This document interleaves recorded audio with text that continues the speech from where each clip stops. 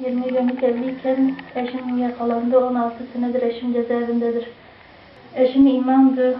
O yakalandı. İlk önce onu Şırnak'a götürdüler.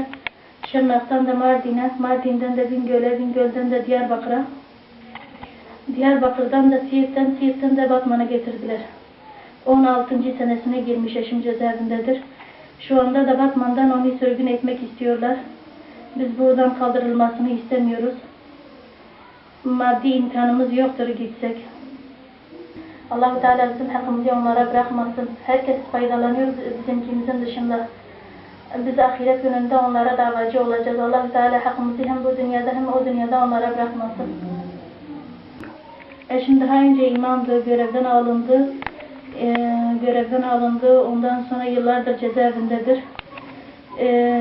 Biz dedik Tayyip Erdoğan yıllardır iktidara gelmiş, belki bize bir eşlerimizi dindar adına onları cezaevine evinden çıkarsa, yıllardır bize çektirmediği kalmadı.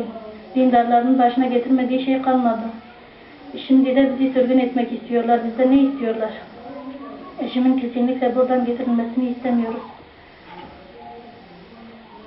Benim babam yıllardır cezaevinde. Şimdi Batman'a geldi ve onu Batman'a sürgün etmek istiyorlar.